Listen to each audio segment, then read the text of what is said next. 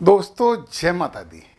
आज हम बात करेंगे मंगल महाराज की वृश्चिक राशि के मई 2026 कैसा रहेगा, कैसे और इसे शुभ बनाना, उसके लिए नक्षत्रों के उपाय और ग्रहों के भी कर्मों के द्वारा उपाय हम समझेंगे। तो संक्षेप में समझिए जरा, ये संघर्ष का महीना है, परंतु संघर्ष में जीत भी प्राप्त होगी, ट्रांसफॉर्मेशन होगा, कुछ तो परिवर्तन होगा। यार गुप्त शत्रु बहुत सक्रिय होने वाले हैं, परंतु पहले सूर्य और फिर मंगल इन शत्रुओं को तो सफाया करेंगे ही, परंतु शत्रुओं से सावधान तो आपका रहना पड़ेगा। सावधानी बरतें स्वास्थ्य के मामले में और विश्वास सोच समझ के करें। तो अपनी बात किसी से कहें नहीं, गुप्त रखें और जल्दी भरोसा नहीं करें। मंगलवार को हनुमान जी पर लाल पुष्प चढ़ाएं और सिंदूर भी चढ़ा दें तो बहुत अच्छा होगा। चलिए अब हम बात करते हैं ग्रहों की। तो ग्रहों की बात इस बार अपन शुरू करते हैं यहाँ से, शनि महाराज से। शनि और मंगल 5वें भाव में, आनंद के भाव में, संतान के भाव में, शिक्षा के भाव में, इनोवेशन के भाव में बैठे हैं। दोनों बिल्कुल अच्छे मित्र नहीं हैं। मित्र क्या, दोनों शत्रु हैं। परंतु बैठे किसकी राशि में? गुरु की राशि में। और गुरु की राशि में ज़्यादा गड़बड़ तो नहीं करेंगे, परंतु गड़बड़ करेंगे जरूर, ये बात तो समझिए। संतान यदि आपकी है तो ध्यान दीजिए, पढ़ाई में रुकावट होने की संभावना है। कुछ परिवर्तन सब्जेक्ट ऑब्जेक्ट आप कर सकते हो, नहीं तो स्कूल ही परिवर्तन करोगे। क्यों करोगे? क्योंकि केतु 5वें भाव में बैठे, कर्म भाव में, और सूर्य की राशि में बैठे। तो ये कहेंगे कि परिवर्तन चाहिए, परिवर्तन चाहिए, इससे हटो उधर चलो, उससे हटो इधर चलो। ऐसा करवाते हैं। गणपति जी की आराधना करना चाहिए। और एक और बात मैंने बोला है कि मन की बातें किसी को नहीं बताएं, परंतु किसी को भी आपकी बातों से हर्ट हो तो तुरंत सॉरी बोल दो। आप बोलते नहीं हो, ये तो बात है। फिर मंगल महाराज 11 तारीख को यहाँ आ जाएंगे, तो जो गुप्त शत्रु है ना, उन शत्रुओं को तो ये समझा लेंगे, इसलिए कोई टेंशन की बात अपने ज़्यादा है नहीं। और सूर्य महाराज भी 15 तारीख को यहाँ से निकल के यहाँ आ जाएंगे, और बुध भी 14 तारीख को यहाँ से निकल के आ जाएंगे। बड़ी राहत की खबर है। तो इस महीने का जो सेकंड हाफ है ना, 15 तारीख के बाद टेंशन कम होते चले जाएंगे आपके। ये बात मान लीजिए, लिख के रख लीजिए। तो ये 7वें घर में आ गए तो पार्टनर से थोड़ा सा वाद विवाद कम करना, क्योंकि शुक्र यहाँ बैठे जरूर है, परंतु 14 तारीख को शुक्र यहाँ अष्टम में आ जाएंगे। गुरु और शुक्र दोनों अष्टम में हो गए। अब एक समस्या हो गई, शुक्र अष्टम में बिल्कुल अच्छे नहीं होते, गुरु कहीं बुरे होते ही नहीं है।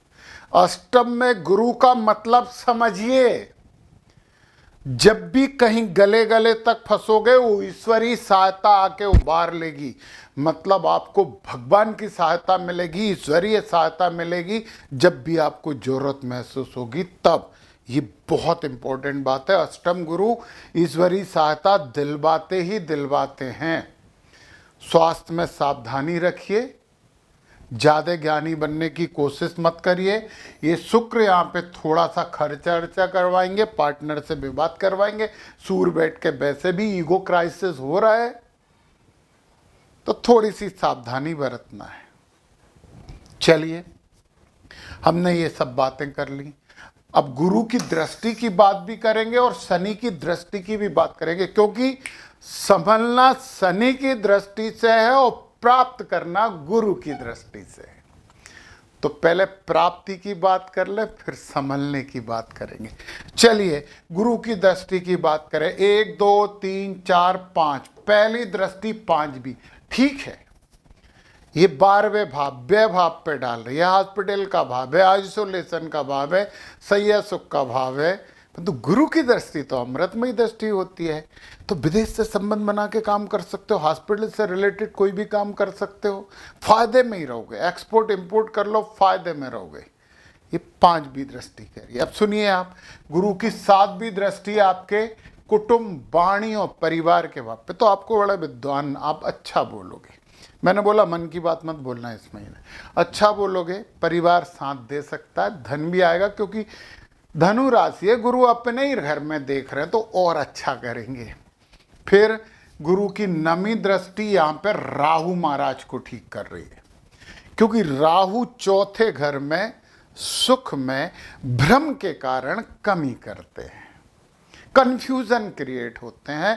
मकान बकान वगैरह वगैरह वगैरह, गाड़ी व्हीकल वगैरह, सावधानी से कागज देख के खरीदना है, थोड़ी सावधानी बरतना, भ्रम में मत पड़ना, लालच में मत पड़ना। और मकान बड़ा चाहिए, गाड़ी बड़ी चाहिए, इससे बचना है यार थोड़ा सा।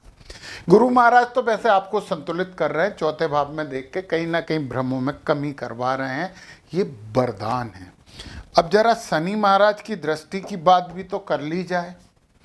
शनि महाराज की 3री दृष्टि यहां पड़ रही है, कह रहे हैं पार्टनर से ईमानदारी बरतना, पार्टनर की रिस्पेक्ट करना। वो बिजनेस पार्टनर हो या लाइफ पार्टनर हो, दोनों काम करना पड़ेगा। तो शनि की 3री दृष्टि अच्छी हो जाएगी। शनि की 7वीं दृष्टि ये सोशल, समाज के भाव पे, इच्छा पूर्ति के भाव पे पड़ रही है। थोड़ी देरी होगी इच्छा पूर्ति में, परंतु समाज से जुड़ना, दोस्तों से अच्छे संबंध रखना, ईमानदारी से काम करना, तो ये ठीक है। फिर इसके बाद शनि के 7 के बाद 8, 9, 10, ये आपके लिए एक अच्छा फायदा हो गया, क्योंकि यहाँ गुरु भी देख रहे हैं, यहीं शनि भी देख रहे हैं। तो इस भाव को तो गुरु और शनि न्यूट्रल हो गए, मतलब गुरु का लिहाज करेंगे, गुरु के घर में बैठे हैं तो थोड़ा सा तो करना पड़ेगा। फिर भी परिवार से मेल मिलाप रखिए। बोलने की बात तो मैं बहुत बार बोल चुका हूँ, सावधानी से बोलें, धन आएगा। शनि थोड़ा सा डिले करेंगे, गुरु कृपा करेंगे तो सामान्य तरीके से आएगा, पर खर्चे ज़्यादा होंगे ही होंगे। खर्चे ज़्यादा क्यों होंगे? क्योंकि ये सब इस घर को, सूर्य यहाँ बैठा है, 7वें घर को चमकाता है, खर्चों को चमकाएगा। मंगल आ गया, फिर बुध भी यहाँ बैठे हैं, शुक्र अपने से 7वें घर को थोड़ा सा रोमांटिक बना रहा है। ये सब बातें हैं तो अच्छा है, अच्छा करिए। हनुमान जी की तो आराधना करनी है। अब पता है नक्षत्रों के आधार पर हम कैसे उपाय कर लें। वृश्चिक राशि में विशाखा नक्षत्र वाले, केवल विशाखा नक्षत्र वाले और वृश्चिक राशि वालों से बात कर रहा हूँ, ये अलग नक्षत्र है, अलग लोगों के हैं। वो कह रहे थे कि इतने सारे उपाय कैसे करें। भैया एक नक्षत्र होता है, एक ही नक्षत्र के उपाय करने हैं आपकी राशि में। सूर्य को शुभ करने के लिए 11 तारीख तक ओम यमाय नमः की 1 माला जपिए और 25 से अगले महीने तक ओम प्रजापते नमः की 1 माला करिए। सूर्य अशुभ फल नहीं देंगे और हमें शुभ चाहिए, क्योंकि 6ठे और 7वें में है। मंगल को शुभ करने के लिए 11 तारीख तक ओम पूखड़े नमः का जाप करिए और फिर 29 से ओम यमाय नमः का जाप करिए। मंगल अशुभ फल नहीं देंगे, भले ही शुभ नहीं दें पर अशुभ तो नहीं देंगे। विश्वायकम फलदायकम, जितने विश्वास से करोगे उतना ही फल मिलेगा। मत करो विश्वास से, कितना ही कर लो कुछ नहीं मिलेगा, क्योंकि ये सब यहाँ की बातें हैं। गुरु आपके लिए शुभ हैं, ये अच्छी बात है। 17 से ओम पूखड़े नमः शनि का जाप जो 3-4 महीने चलेगा, ये बात ध्यान रखिए। राहु शुभ है, केतु शुभ है, बहुत अच्छी बात है। ये बात हो गई विशाखा नक्षत्र वाली। अब हम अनुराधा नक्षत्र और वृश्चिक राशि की बात करें। 11 से 24 तक ओम आग्नेय नमः का जाप करो तो महीने भर सूर्य शुभ हो सकते हैं, 1 माला करना है। मंगल में 11 से 29 तक ओम अश्विनी कुमाराभ्यम नमः का जाप करना पड़ेगा आपको। गुरु सुबह, शनि सुबह, राहु सुबह और केतु के लिए पूरे माह ओम पितृभ्यो नमः का जाप करिए, क्योंकि केतु मघा नक्षत्र में आपके लिए थोड़ी सी समस्या है। अब आ जाते हैं ज्येष्ठा नक्षत्र में। ज्येष्ठ है ये, सूर्य को शुभ करने के लिए 11 तारीख तक ओम यमाय नमः करिए, 25 से ओम प्रजापते नमः जून तक करना है। मैं बताऊंगा जून कब तक करना है।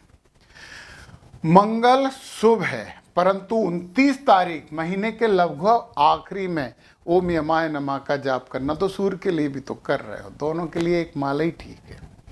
गुरु शुभ हैं, शनि शुभ हैं, राहु महाराज को शुभ करना, क्योंकि ये इंफॉर्मेशन टेक्नोलॉजी, आईटी एडवांस जितनी भी टेक्नोलॉजी है सब राहु के नियंत्रण में रहती हैं और ये सतविसा नक्षत्र में है। ओम वरुणाय नमः का आपको जाप करना चाहिए तो राहु भी शुभ हो जाएंगे। विश्वास करिए, नक्षत्रों के देवता के बीज मंत्र पढ़ने से नक्षत्र ग्रहों को अशुभ नहीं रहने देते। ये पत्थर की लकीर है। यदि नक्षत्रों को बहुत अच्छे से समझना है, पूरी जानकारी लेना है, तो नीचे डिस्क्रिप्शन में मेरे ऐप की लिंक है। आपको एक से बढ़ के एक कोर्स मिलेंगे जो आपका ज्ञान बढ़ा सकते हैं, जो आपके भविष्य को भी सुधार सकते हैं।